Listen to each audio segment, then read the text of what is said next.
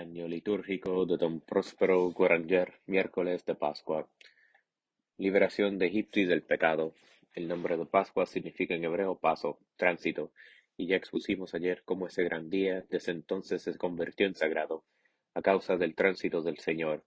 Pero la palabra hebraica no expresa su significado total. Los antiguos padres, acordes con los doctores judíos, nos enseñan que la Pascua es también para el pueblo de Dios el paso de Egipto a la tierra prometida. En efecto, estos tres hechos se conmemoran juntos en una misma noche: el festín religioso del Cordero, la exterminación de los primogénitos de egipcios y la salida de Egipto.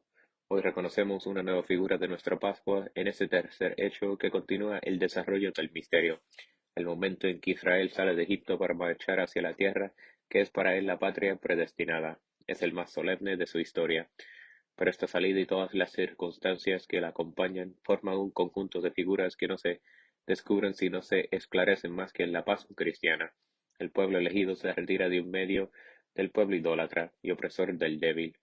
En nuestra Pascua hemos visto a los neófitos salir valientemente del imperio de Satanás, que los tenía cautivos, y renunciar solemnemente a este orgulloso faraón, a sus pompas y a sus obras. El mar rojo y el bautismo.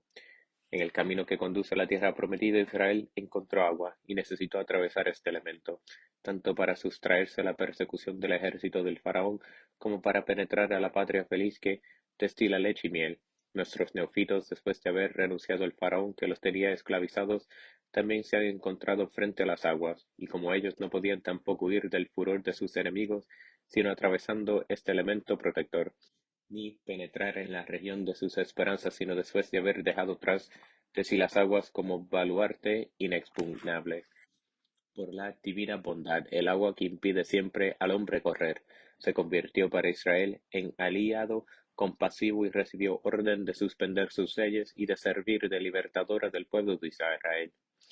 Del mismo modo también la fuente sagrada, convertida en auxiliar de la gracia divina, como nos lo enseñó la Iglesia en la solemnidad de Epifanía, ha sido el refugio, el auxilio seguro de aquellos que en sus ondas no han tenido que temer el poder que Satanás reivindicaba sobre ellos. En pie tranquilo en la otra orilla, Israel contempla los cadáveres flotantes de Faraón y de sus guerreros, los carros de combate y los escudos, juguetes de las olas. Al salir de la fuente bautismal, nuestros neófitos sumergieron de su mirada en esta agua purificadora, y vieron hundidos para siempre sus pecados, enemigos más formidables que Faraón y su pueblo. Camino hacia la tierra prometida. Después Israel se dirigió gozoso a la tierra bendita que Dios determinó darle en herencia. En el camino oirá la voz del Señor, que le dará él mismo su ley. Calmará su sed con las aguas puras y refrigerantes, que brotarán de las rocas a través de los arenales del desierto, y recogerá para alimentarse el maná que le enviará el cielo cada día. Del mismo modo, nuestros neófitos comienzan a caminar sin obstáculo hacia la patria celestial, que es su tierra prometida. El desierto de este mundo que tienen que atravesar no tendrá para ellos peligros ni molestias, porque el divino legislador los instruirá por sí mismo en su ley, no entre relámpagos y truenos como lo hizo para Israel, sino de corazón a corazón, y con voz dulce y compasiva como la que maravilló a los discípulos en el camino de Maús. Ya nos les faltarán las aguas bulliciosas. Hace algunas semanas oímos al maestro hablando con la samaritana, prometer que haría brotar una fuente viva para que aquellos le adorasen en espíritu y en verdad, en fin, un maná celestial, muy superior al de Israel, porque asegurará la inmortalidad a los que de él se nutren, será su alimento deleitoso y fortificante. También nuestra Pascua es el tránsito hacia la tierra prometida, pero con una realidad y una verdad que el antiguo Israel no conoció en las grandes cosas que la figuraban. Festejemos pues nuestros tránsitos de la muerte original a la vida de la gracia por el santo bautismo, y aunque el aniversario de nuestra regeneración no sea el día de hoy, no dejemos por esto de celebrar la feliz emigración que hicimos del Egipto del mundo a la Iglesia de Cristo. Ratifiquemos con la alegría y reconocimiento nuestra renuncia solemne a Satanás, a sus pompas y a sus obras, a cambio de la cual la bondad de Dios nos ha otorgado tales beneficios. Identificación en Cristo por el bautismo.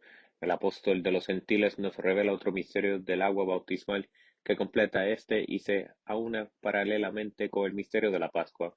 Nos enseña que desaparecimos en esta agua, como Cristo en su sepulcro, y que morimos y fuimos sepultados con él. Acababa entonces para nosotros nuestra vida de pecadores, pues para vivir en Cristo era preciso morir al pecado. Contemplando las fuentes sagradas en las cuales fuimos regenerados, pensemos que son la tumba donde enterramos al hombre viejo, que no ha de volver a levantarse más. El bautismo por inmersión, usando antes por largo tiempo y que todavía hoy es el que se administra en muchas partes, era una imagen sensible de ese sepultarse. El neófito desaparecería por completo debajo del agua. Parecía muerto a su vida anterior, como Cristo a su vida mortal, pero así como el Redentor no permaneció en la tumba, sino que resucitó una vida nueva.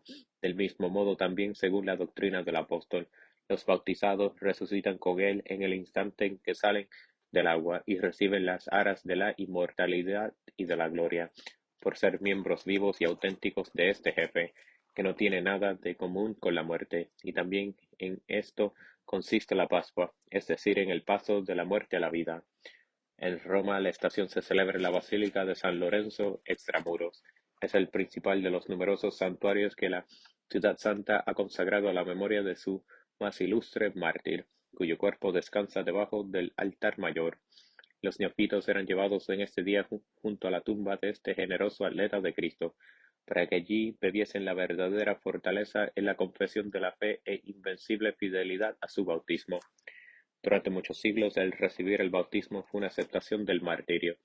En todo tiempo es un alistamiento en la milicia de Cristo, de la que nadie puede desertar sin incurrir en la pena de los traidores. Misa. El introito está formado con las palabras que el Hijo de Dios dirigirá a sus elegidos en el último día del mundo al abrirles su reino. La Iglesia las aplica a sus neófitos, elevando de este modo sus pensamientos hacia la felicidad eterna, cuya esperanza ha sostenido a los mártires en sus combates. Introito. Venid benditos de mi Padre, poseed el reino. Aleluya, que os ha sido preparado desde el principio del mundo. Aleluya, aleluya. Salmo. Cantar al Señor un cántico nuevo. Cantar al Señor. Tierra toda, gloria al Padre. En la colecta la Iglesia recuerda a sus hijos que las fiestas de la liturgia son un medio para arribar a las festividades de la eternidad. Este es el pensamiento y la esperanza que domina en todo el año litúrgico. Debemos pues celebrar la Pascua temporal de manera que merezcamos ser admitidos a los goces de la Pascua eterna.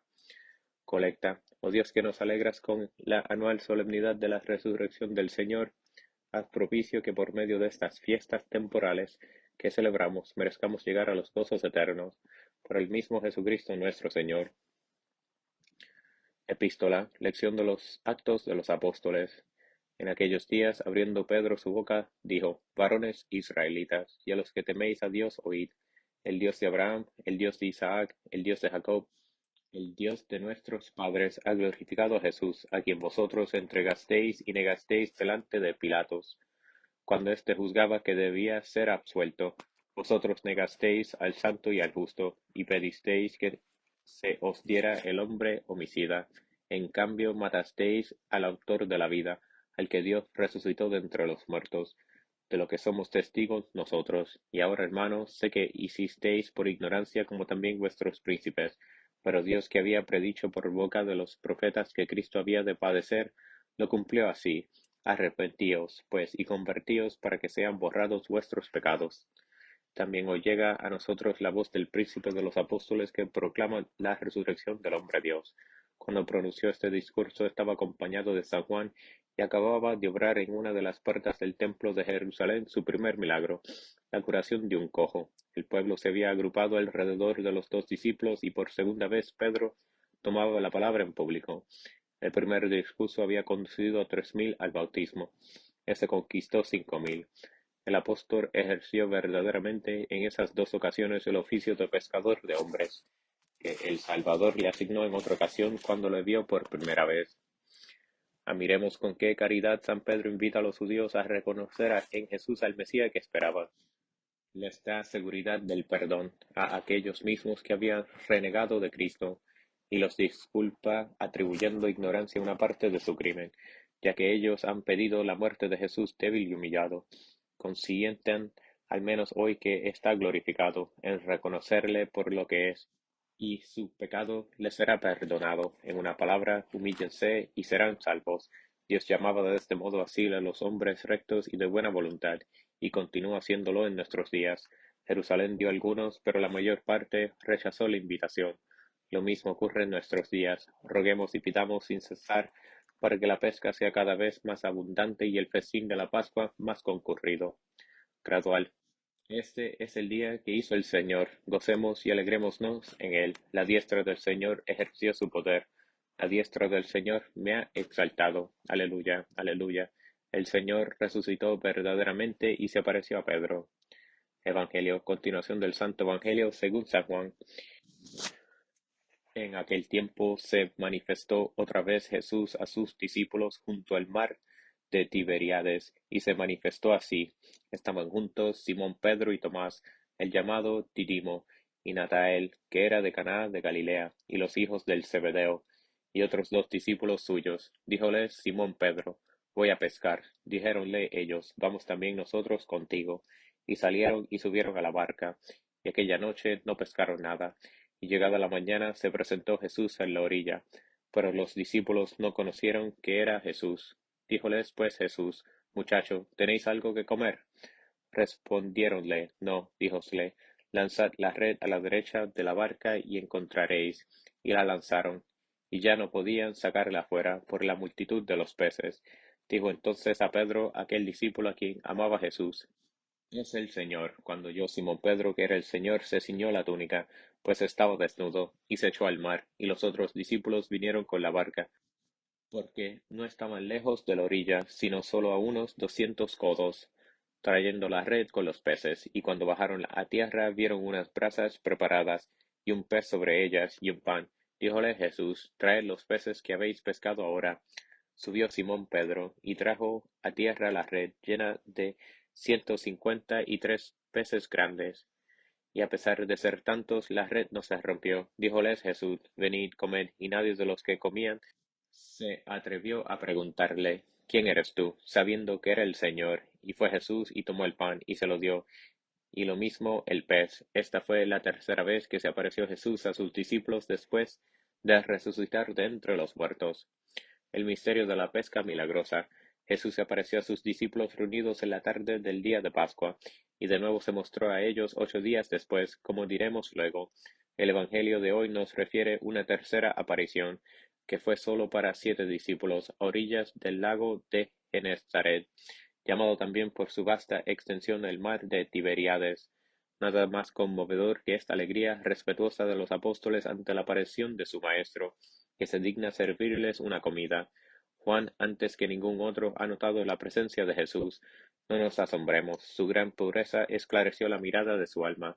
Está escrito: bienaventurados los que tienen el corazón puro, porque ellos verán a Dios. Pedro se arroja a las olas para llegar antes a la presencia de su Maestro.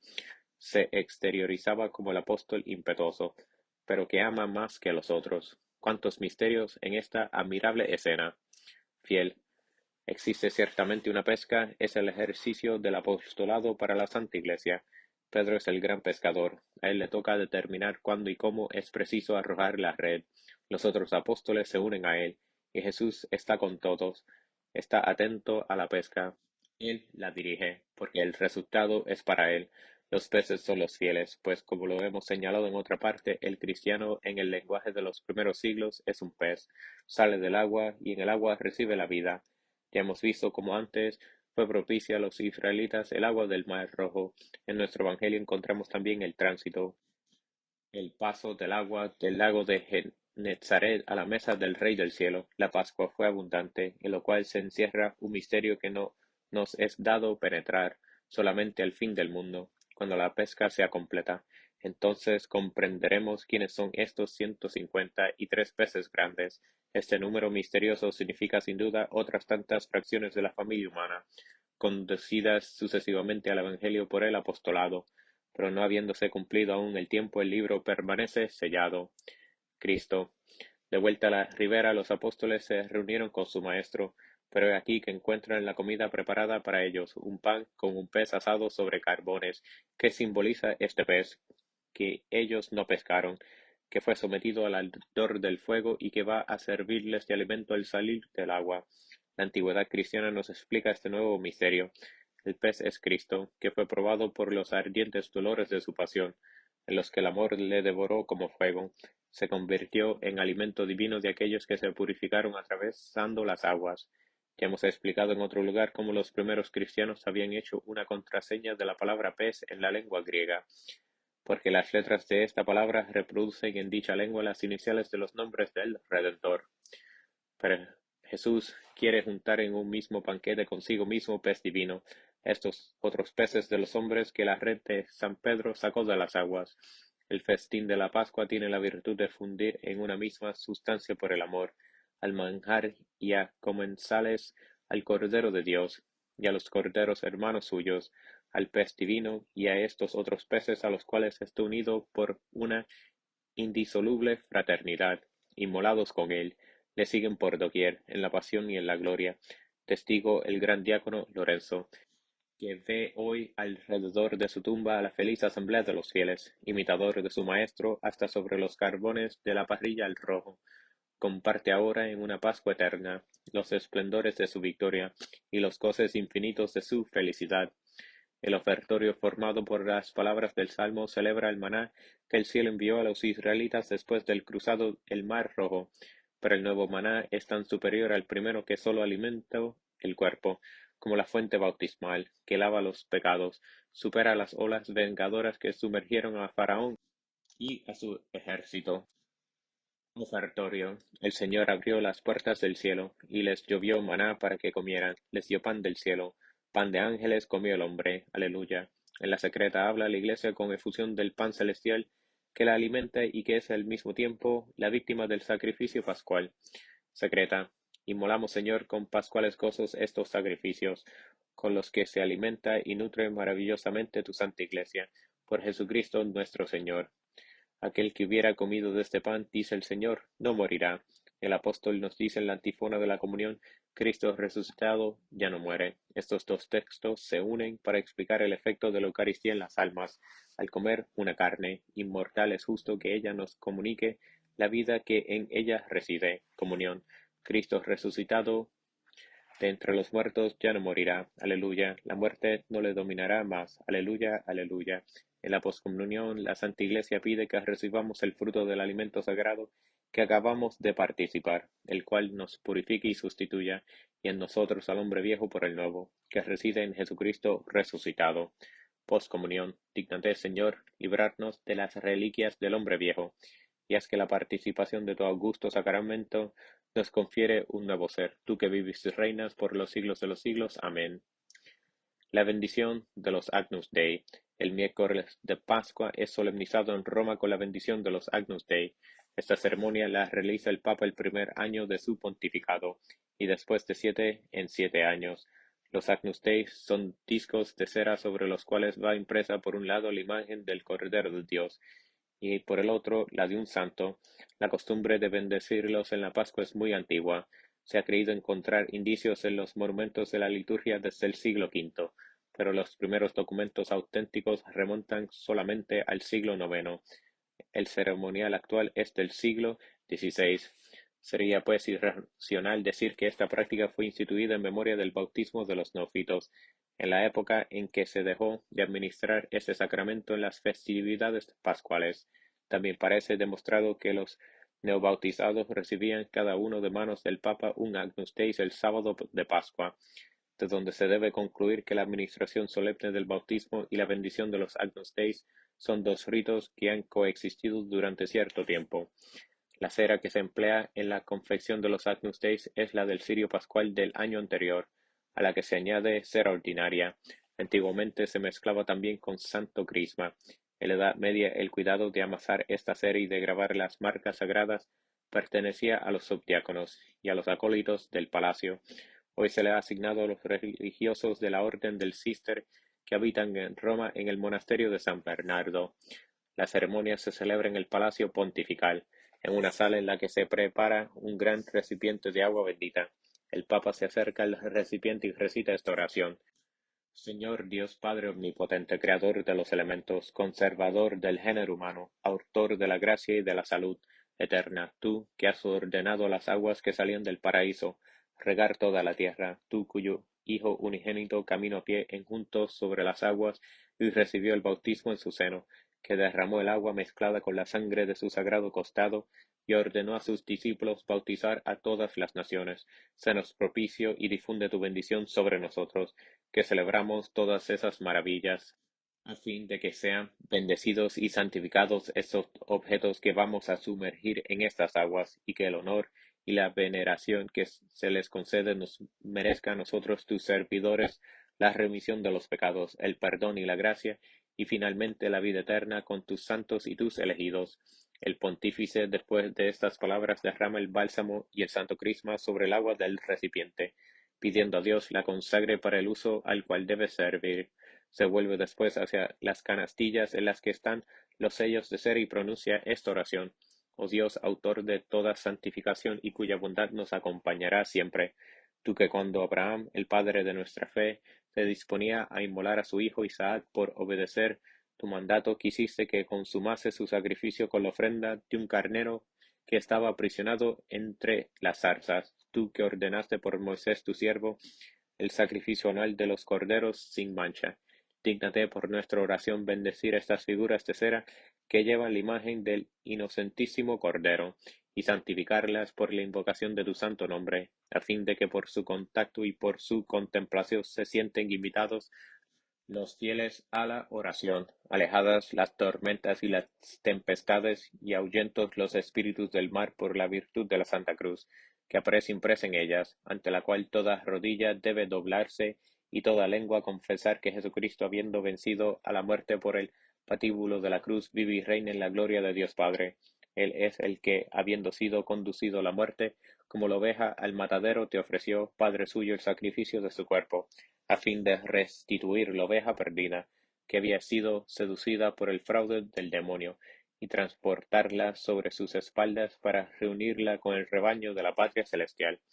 Oh Dios omnipotente y eterno, autor de las ceremonias y de los sacrificios de la ley, que consentiste aplacar tu cólera en la que había incurrido el hombre prevaricador cuando te ofrecía hostias de expiación, tú que aceptaste los sacrificios de Abel, de Melquisedec, de Abraham, de Moisés y de Aarón, sacrificios que no eran más que figuras, pero que por tu bendición fueron santificados y saludables a aquellos que les ofrecieron humildemente.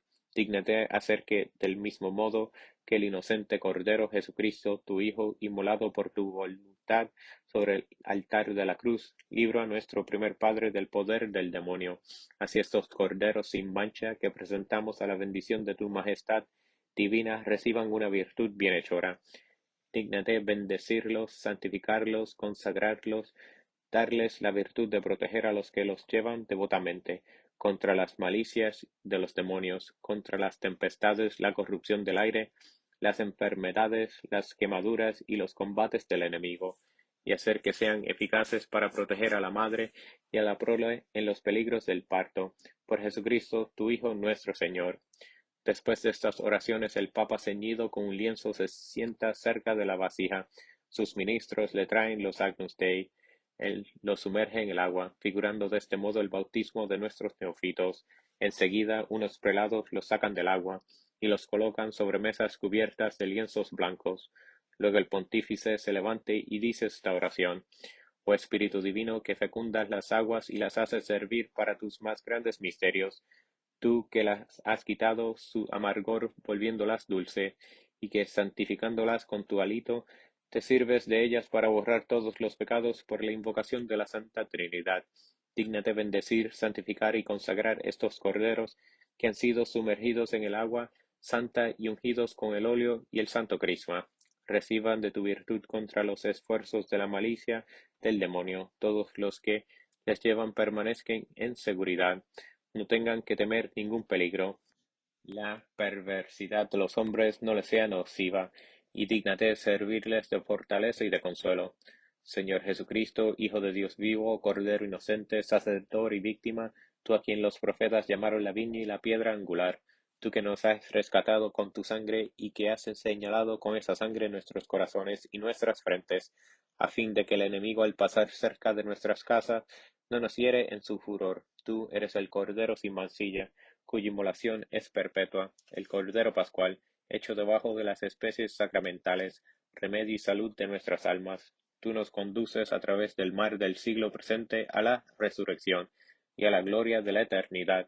Dígnate bendecir, santificar y consagrar estos corderos sin mancha, que en tu honor hemos hecho de cera virgen y rociados de agua santa, del óleo y del crisma sagrados, honrado en ellos tu divina concepción, que fue efecto de la virtud divina, a quienes los lleven sobre sí, presérvalos del fuego, del rayo, de la tempestad, de toda adversidad. Protege por ellos a las madres que se encuentran en los dolores del alumbramiento, como asististe a la tuya cuando te dio a luz, y del mismo modo que salvaste a Susana de la falsa acusación, a la bienaventurada Virgen y Marten Tecla de la hoguera, y a Pedro de los lazos de la cautividad. Así dígnate librarnos de los peligros de este mundo, y haz que merezcamos vivir contigo eternamente. Inmediatamente los Agnus Dei son recogidos con respeto y reservados para la distribución solemne que debe hacerse el sábado siguiente. Es fácil notar la relación que guarda esta ceremonia con la Pascua. El Cordero Pascual es recordado de continuo. También la inversión de los corderos de cera presenta una alusión evidente a la administración del bautismo, que fue durante tantos siglos la gran solicitud de la Iglesia y los fieles en esta solemne octava. Las oraciones que hemos citado en síntesis nos remontan a la más alta antigüedad, pero el rito que las acompaña muestra suficientemente la alusión al bautismo, aunque no se encuentre una expresión directa. Los Agnus Dei, por su significación por la bendición del soberano pontífice y la naturaleza de los ritos empleados en su consagración, son uno de los objetos más venerados a la piedad católica.